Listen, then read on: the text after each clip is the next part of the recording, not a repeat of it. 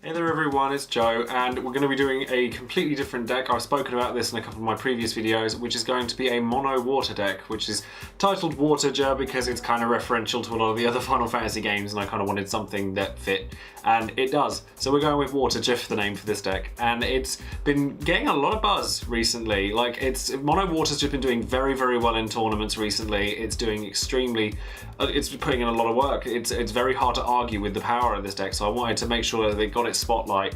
And one thing I did want to mention before we go into the deck list itself is I am starting to take on fan submissions now, so that if you want to send a deck list to me that you think might be interesting or worth looking at on the channel, then drop it over to my Facebook page, which is the link in the description box below, as well as my Twitter and things like that. So if you have any ideas that you think might be cool and want to share with the world, then let me know and I might be able to give you a platform to do so. Anyways, without further ado, we'll go straight into the deck, and this deck has 23 forwards, 17 backups and 10 summons. Now it makes sense to start with the forwards of this deck, and the first forward that we're going to talk about here is Steiner. Steiner is brilliant in this deck, to be honest. There's quite a lot of different search targets that he can grab. Bear in mind that he can grab forwards or backups that are Final Fantasy IX affiliated, and with this deck being quite affiliated with Final Fantasy IX, it makes it pretty nice for me, because we all know that I like my Final Fantasy IX. Garnet is an extremely potent search target for this card, as is Eiko. You can kind of, people know about the Final Fantasy IX search engine by now. I've talked about it a huge amount by having Steiner, Eiko, Mog, and Zidane present in the deck, and then having things like Garnet and Artemisian in the deck to kind of round it all off very, very nicely. So this card's very, very good in here. And then Garnet is like one of the best cards in Opus 3, honestly. So, I mean, a lot of people only run 2 copies of Garnet, but I think that the way that I've built this particular version of the deck, she's so important that we put her at 3. She's just such good value. Your opponent's board is never safe when you have a Garnet out. She has to be removed, and what makes it better is that she's harder to remove than most units because you can't target her with summons, or your opponent can't target your Garnet with summons.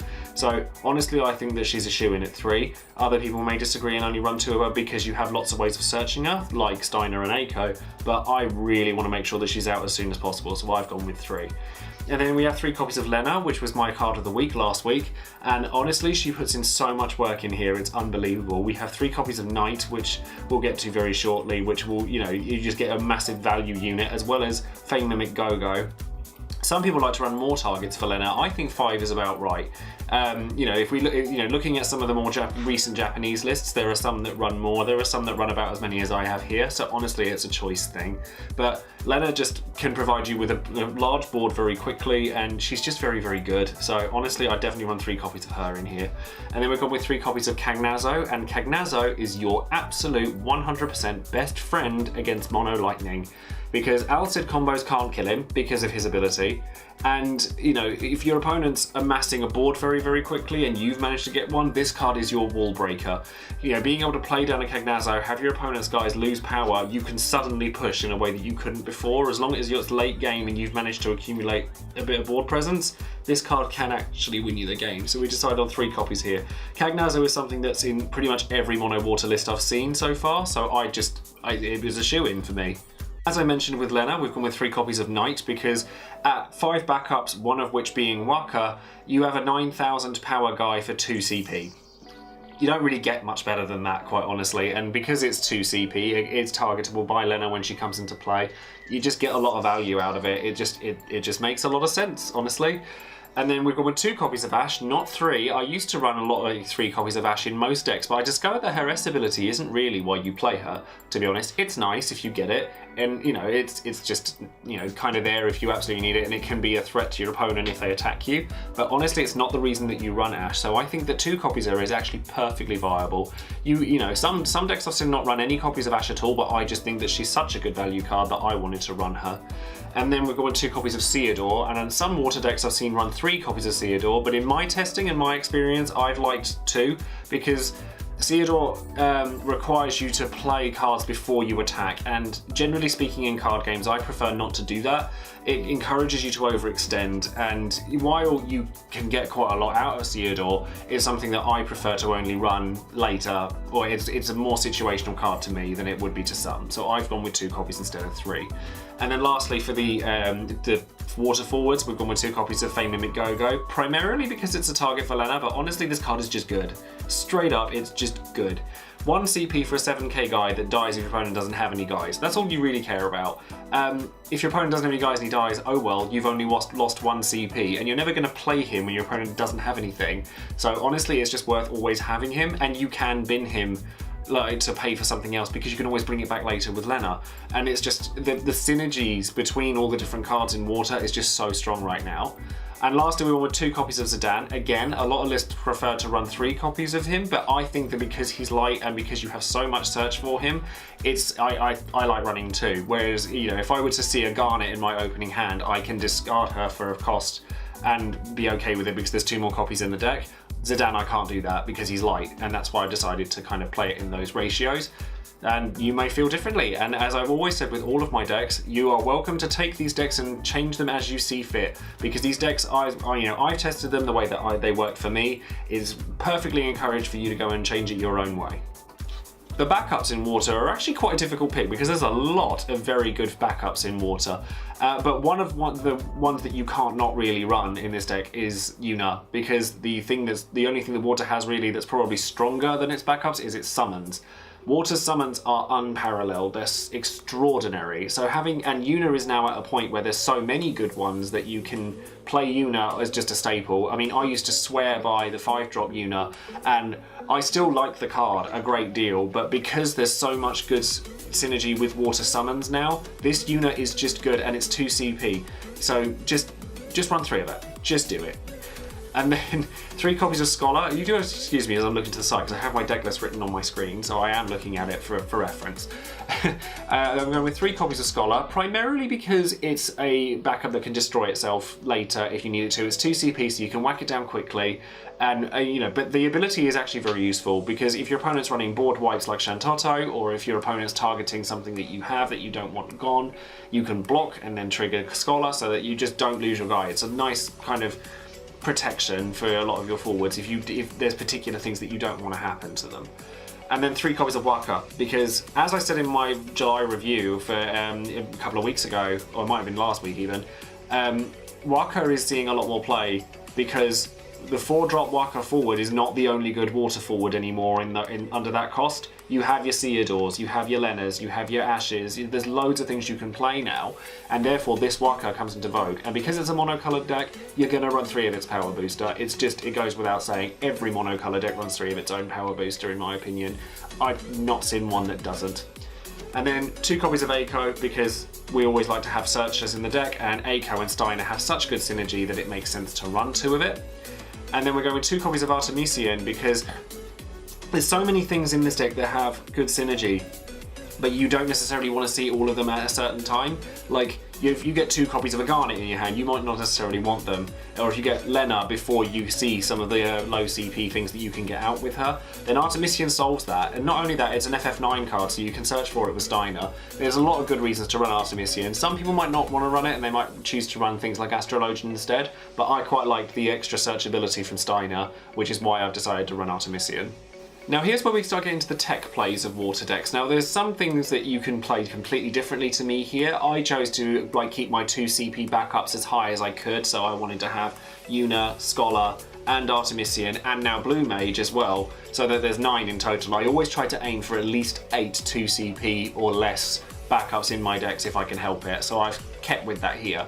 And there's above average by having the extra Blue Mage in here. Now Blue Mage I only like to run as a one-off because it can't target that many different things, but the things when it comes into play, I mean, this is a fantastic answer to Deleter because it kills itself anyway, and it makes it so that Deleter is like, you know, something that goes back to the hand. I use Deleter as a reference point here because it is a card that even I myself hyped up a great deal when Opus 3 was being spoiled and when it first came out, and it is very, very good, but I think the hype on it is starting to die down now, and I'm really pleased to hear that because there's a lot more variety than there is, and I take my blame for making like a bit of hype on that card, but it is still really good. But Blue Mage answers it perfectly, as well as a lot of other cards as well, so I like 1 copy of Blue Mage. And then we're going with a copy of Mould 9, again because it's a search target for Steiner, and because it can, late game, kind of carry you in the same way a Leviathan would, because the best way to use Leviathan isn't to use it defensively, it's to move things out of the way so that you can get to your opponent's health. And Mog does that as well, and if you happen to have Eiko out as well, the card, you know, filters your deck at the same time. No more than one, but I like one copy of Mog, definitely. Now the last two cards are a bit iffy, because most people would not think that you would only run one copy of Minwu, but I tested it with 3, I tested it with 2. I've looked at other people's deck lists that are running Mono Water, and they're only running 1. And then when I first saw it, I thought, really? Only one Minwu? Sure, okay. Testing it with 1, it works perfectly fine. You have Cagnazzo as you're out to a lot of what Mono Lightning does, because the reason that Mono Lightning does what it does is to get to your health, and Cagnazzo stops that, which means that Minwu is a lot less important than it could have been. Like, you have alternate answers. So I quite like having 1 in here because I like the safeguard, and you know, a lot of people might even want to run 2 instead of the last card that I run here, but I think that you need to have at least 1 because there are matchups like Fire and Lightning where, you know, having it can hamper them quite badly, but you don't have to actually run more than that, and that's something I've discovered only through testing. And then the last backup in here is a copy of Rosa. Now I really like Rosa. I think that not enough people run her because it's a very good tech play as against a great many decks. You know, everyone uses summons. Everybody. There are very few decks that don't use any at all. And a lot of decks do use some that don't target, and that's why I've only put 1 Rosa in here. But the fact of the matter is, again, Lightning is still very strong. If you have a Lightning out, they're not going to want to Odin you nearly as frequently because it's going to cost them more, or the value of their summons decreases drastically if you're drawing a card each time they use one. So I like a copy of Rosa. You may choose to run a second copy of Minwu or even like more cheap backups. Again, entirely up to you. As I said before, the summons in Water are just so good that there's so much room for like innovation with this deck that you can do whatever you want. You know, I've not listed them here, but Moogle and Fairy are still pretty solid cards, though they're probably unnecessary, so they're the first ones I've dropped off. Now, Leviathan is just pretty much a staple at this point. However, the thing that I've noticed with Leviathan recently is that with Lightning and Ice being 2 very popular colours right now, and most of Lightning and Ice's cards have come into play effect, you don't always want to have Leviathan to counter those cards because you don't really counter anything because they're going to get their effects more than once. So honestly, Leviathan at the moment might not be as strong as people think, although the ability to remove your opponent's card and just swing for game is still there, so I've gone for 2 copies of it here. Now, a lot of Water decks don't run this card that I'm about to talk about, and because when you read it, it's crap. It doesn't do an awful lot. But in a monocolored deck, you have to be careful with this one actually. This is Leviathan, the second set Leviathan, that increases all water forwards by 2000 power. Now the thing to remember with this is that it boosts your opponent's water forwards as well. Now that would generally be seen as a really crappy thing, especially given how popular mono water is at the moment. However, the thing to bear in mind here is that Garnet also increases all of your guys' power by 1000. Now if you have a Garnet out, you will always get more out of this Leviathan than your opponent will. Between Cagnazzo and this card, your combat tricks are going to be just as strong if not stronger than Earth's. Now you don't have to run this Leviathan, it's something cool that I like to run because I think it's a massive threat to your opponent, because not every deck is going to be water, only 1 out of the 6 colours is. And this card is a threat to your opponent at all times, especially when you have a Una out and it only costs 1. That is straight up Golem, arguably stronger, because it boosts all of your guys. Yes, it can boost your opponent's water forwards if they're playing mono water, but if you have a Garnet and they don't, you will always win that fight. Which is another reason why I decided to run 3 Garnet and not 2. But again, you could change this Leviathan into 3 copies of the other Leviathan and Famfrit when we get to Famfrit, because Famfrit is a very good card. You could up Cuckoo Lane. Water summons in general are just very good, so you can't really get them wrong. I think you kind of just have to be careful running this Leviathan, but if you can play it well, it will. Trust me, I've done it. I've tested it against a great number of decks. It will put in the work for you. But Cuckoo Lane is a card that I think is doing very well right now. It's just good value. It's a great EX burst because it draws you a card.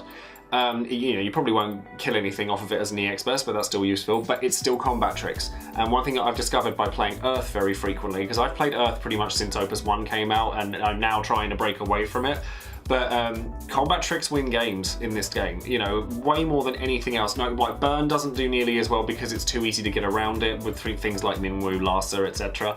But you know, if you can straight up hit your opponent's power or boost your own, which is why Cyclops is quite so good, then you can do some pretty nasty things. So I really, really like Cuckoo Lane.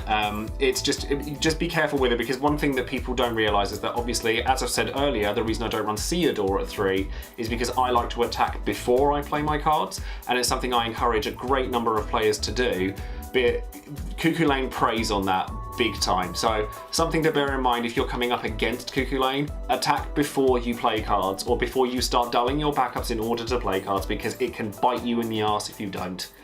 Now, moving on to Famfrit. Famfrit I'm only running 2 copies of, and I've noticed a lot of decks run 3. Famfrit is an amazing card, amazing. It benefits most from Lena, because when you play Lena you get 2 guys out, which means that you can, you know, kill off one of yours in order to kill off one of theirs. You can get rid of a, you know, silly cheeky little plays. If you have 2 Cagnazos, you could play a Cagnazzo, drop all their power, play Famfrit, kill one of their guys, play another Cagnazzo. You probably board wipe them at that point. But there's lots of really good interactions with Famfrit, and it punishes your opponent for being on a back foot. So honestly, there's no reason to run at least 2 of this card. You could run 3. I've tested it with 3 and it works perfectly fine. You know, you could even change some of the forwards to be things like Ephemeral Summoner, so that you can stick a Famfrit on top of your deck so your opponent can't really attack you safely, things like that. There's so much wiggle room for this deck, it's crazy. You could literally run this however you want. And then the last card that I'm running on at the moment is, in my opinion, godlike in this format. Sildra closes out games. Sildra, especially if it only costs 5, I liken Sildra to Bahamut, because at the end of the day, if your opponent's guys aren't on the board when you're swinging at their face for game, I don't care whether they're in your hand or if they're in your break zone, as long as they're not on your board. That's all I care about. And Sildra, if you can hit 2 guys that cost like even 3, you're breaking even on value. If you hit something that's 5 and 3, you plus straight up. And when it comes to the value, you know, that like makes this card so much more valuable. You know, you're drawing cards a lot in this deck because you're searching constantly. You can play Lena and get extra value out of her. It just for me seemed like a shoo-in. Although I have noticed some decks not playing Sildra. To me, I love the card. I think it's godlike. But at the end of the day, everybody's different, and you don't have to agree with me. So going over the general strategy of the deck, play guys, play lots of them, because that's how you're going to win. Being honest, just, you know, Garnet, you know, is a great card to just have out early, because your summons can do so much work for you by boosting your cards as well as having their own effect. Like, the amount of value that Garnet grants is crazy. Lena grants value. There's so many cards in this deck that grant you extra value for what you're paying for them, that everything kind of just meshes together, and your deck is so fast that your opponent can't keep up with it. It's very similar to how Mono Lightning works in that regard, although instead of like trying to remove your opponent's guys at the same time that you're playing them, you're playing more guys at the same time that you're playing them. So it's all about overwhelming your opponent, and then once you have established your board, start trying to overwhelm your opponent with, you know, with your summons or with the power of things which you can be granted by things like Garnet and Theodore, and just smash your opponent's head in. Honestly, this deck is a lot of fun, and I've really been enjoying it since Opus 3 came out. I mean, I've been toying with a lot of different decks, mainly so that I can bring new deck ideas to you guys, or things that other people have been playing. And honestly, this deck is a lot of fun, and it's very, very powerful. You can't really go wrong with it, honestly. I would recommend at least giving it a go, because you're going to be coming up against it a lot if you don't play it yourself. And that's it for this deck list, and as I've said at the beginning of the video, I am taking fan submissions for deck lists now so that I can start bringing some attention to the decks that you guys have been playing. So I'll leave all the links to my social media in the description box, and all the other stuff. We've got plenty of other things coming up soon. I've got the last deck in my Starter Deck Revolved series that I'm encouraging you guys to go and share out with new players and things. I've got Card of the Weeks coming up, I've got drawing videos, I've got artwork stuff. There's loads of stuff for you guys to look forward to. So subscribe to the channel if you haven't already, and because I hope you enjoyed this video and any others that you may have seen, and I will speak to you guys soon. Thank you very much again for watching. Bye.